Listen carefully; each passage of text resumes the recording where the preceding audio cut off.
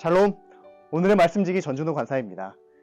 요즘 눈을 들어 주위를 살펴보면 푸른 하늘과 울긋불긋한 단풍, 사각사각 소리를 내며 밟히는 낙엽 같은 늦가을의 아름다움이 우리의 오감을 자극합니다.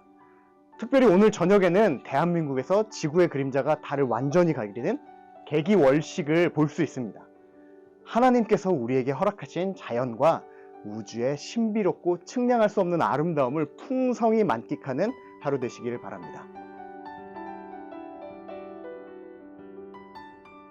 안타깝게도 오늘 본문에서 미가가 눈을 들어 본 자신의 주변 상황은 아름다운 것과는 거리가 먼 것들이었습니다.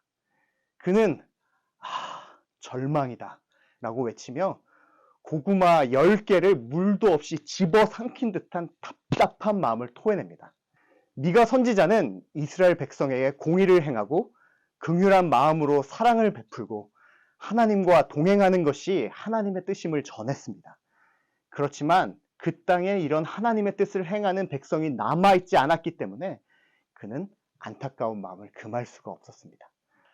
경건한 사람을 찾는 것이 추수가 끝난 곳에서 과실이 남아있는지 찾는 것처럼 어렵고 헛되다고 미가 선지자는 한탄했습니다. 그때는 이스라엘의 지도자들로부터 일반 서민에 이르기까지 사회 전반이 죄의 혼란을 겪고 있었습니다. 지도자들은 하나님의 공의를 행할 책임이 있음에도 불구하고 자기 욕심을 위해 무력한 자들을 착취했습니다. 그렇다고 서민들도 그들보다 전혀 낫지 않았습니다. 서로 거짓을 이야기했기 때문에 그 누구도 신뢰할 만한 사람이 되지 못했습니다. 이웃이나 친구들도 믿을 수 없었고 사회를 구성하는 가장 기초가 되는 가정까지 무너져 가족들은 서로 원수가 되는 지경에 이르게 되었습니다. 그러나 하나님은 하나님의 구원을 바라는 자들의 절망을 기쁨으로, 슬픔을 즐거운 춤으로 변화시키는 분이십니다. 믿으시면 아멘! 미가 선지자는 그 땅의 끔찍한 상황 속에서 그러나 나는 희망을 가지고 주님을 바라본다고 외칩니다. 자신의 주변의 절망적인 상황에서 눈을 들어 하나님의 신실하심을 바라본 것이었습니다. 이스라엘은 죄를 지어 하나님의 공의 앞에 심판을 받게 되는 상황일지라도 미가 선지자는 인자와 공의로 언약을 세우신 하나님의 성품을 의지해 소망을 품었습니다. 미가는 선포합니다.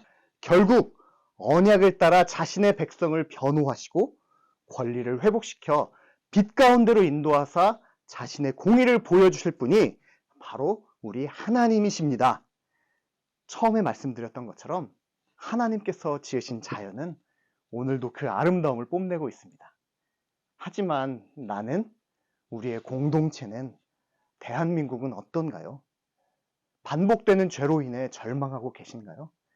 나만 하는 이기주의의 몸살을 앓고 있는 공동체의 상황이 답답하기만 하신가요? 오늘 본문의 끔찍한 상황을 비추어 볼 때 죄에서 돌이켜 여호와의 신뢰하는 것이 바로 지혜로운 일입니다. 역대하 7장 14절의 말씀처럼 악한 길에서 떠나 스스로 겸손해져서 기도하고 하나님의 얼굴을 구하는 것, 그것이 지혜로운 태도입니다. 신실하신 하나님께서 그 말씀처럼 우리와 우리 공동체를 고쳐주실 것입니다.